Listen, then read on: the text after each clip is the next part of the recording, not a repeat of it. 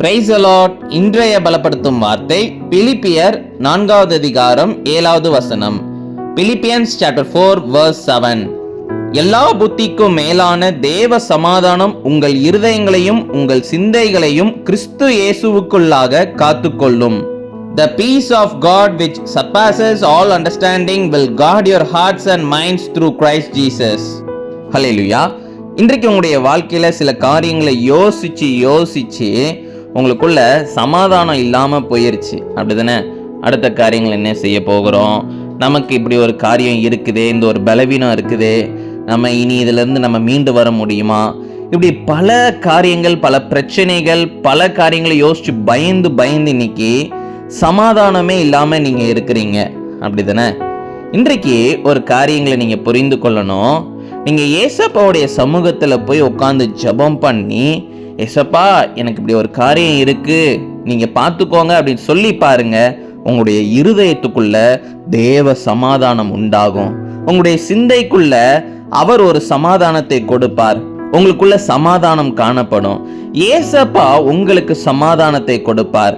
நீங்க ஏசப்பா பிள்ளையாக வாழ்கின்ற பொழுது, நீங்க காலையில எழுந்து ஜெபிக்கின்ற பொழுது, வேதம் வாசிக்கின்ற பொழுது, தியானிக்கின்ற பொழுது, அவருடைய சமூகத்துல உட்கார்ந்து அனுதினமும் நீங்க ஜெபிக்கின்ற பொழுது தேவன் உங்களுக்கு ஒரு சமாதானத்தை தருவார். நிச்சயம் ஏசப்பா உங்க வாழ்க்கையில அந்த ஒரு சமாதானத்தை கொடுப்பார். சூழ்நிலைகள் மோசமாகவே இருந்தாலும் கூட அதை எப்படி ஹேண்டில் பண்ணணும்னு சொல்லி அவர் நம்மளுக்கு கற்றுத்தருவார்.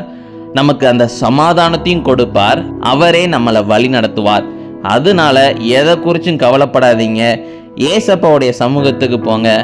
அவர் உங்களுக்கு சமாதானத்தை தருவார், சந்தோஷத்தை தருவார். நீங்க அவர்கிட்ட சொல்லுங்க, அவர் எல்லா காரியங்களையும் பார்த்து கொள்வார்.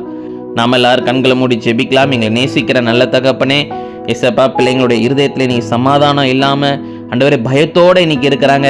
நீங்க பிள்ளைங்களுக்கு ஒரு சமாதானத்தை கொடுங்க. நீங்க பிள்ளைங்களுடைய வாழ்க்கையை ஆசீர்வதிச்சு கொடுங்க. ஆண்டவரே அநேக காரியங்கள் யோசிச்சு அவங்களுக்குள்ள ஒரு பயங்கள் வருதுப்பா, அந்த எல்லா பயங்களையும் நீங்க எடுத்து போடுங்கப்பா. நீங்க தகப்பனே ஒரு நல்ல எதிர்காலத்தை வைத்திருக்கிறீங்கன்னு சொல்லி பிள்ளைங்க அதை உணர வைங்க. நீங்க பிள்ளைங்களை கொண்டு பயன்படுத்துங்க. இயேசுவின் மூலம் ஜெபிக்கிறோம் எங்கள் ஜீவனுள்ள பிதாவே. ஆமேன், ஆமேன், ஆமேன். உங்க வாழ்க்கையில எவ்வளோ பெரிய பிரச்சனையே இருந்தாலும் கூட ஏசப்பாவுடைய சமூகத்துக்கு போய் ஏசப்பா உங்க வாழ்க்கையில செய்த நன்மைகளுக்கு நீங்க ஸ்தோத்திரம் பண்ணுங்க. நிச்சயம் ஏசப்பா உங்களுக்கு ஒரு சமாதானத்தை தருவார். உங்களை அந்த பிரச்சனையிலிருந்து ஆண்டவர் மீட்டெடுப்பார். உங்களுக்கு ஒரு நல்ல எதிர்காலத்தை அவர் வைத்திருக்கிறார். நிச்சயம் அவர் உங்க வாழ்க்கையில ஆசீர்வாதத்தை தருவார். உங்களை கொண்டு பயன்படுத்துவார். God bless you. Have a blessed day.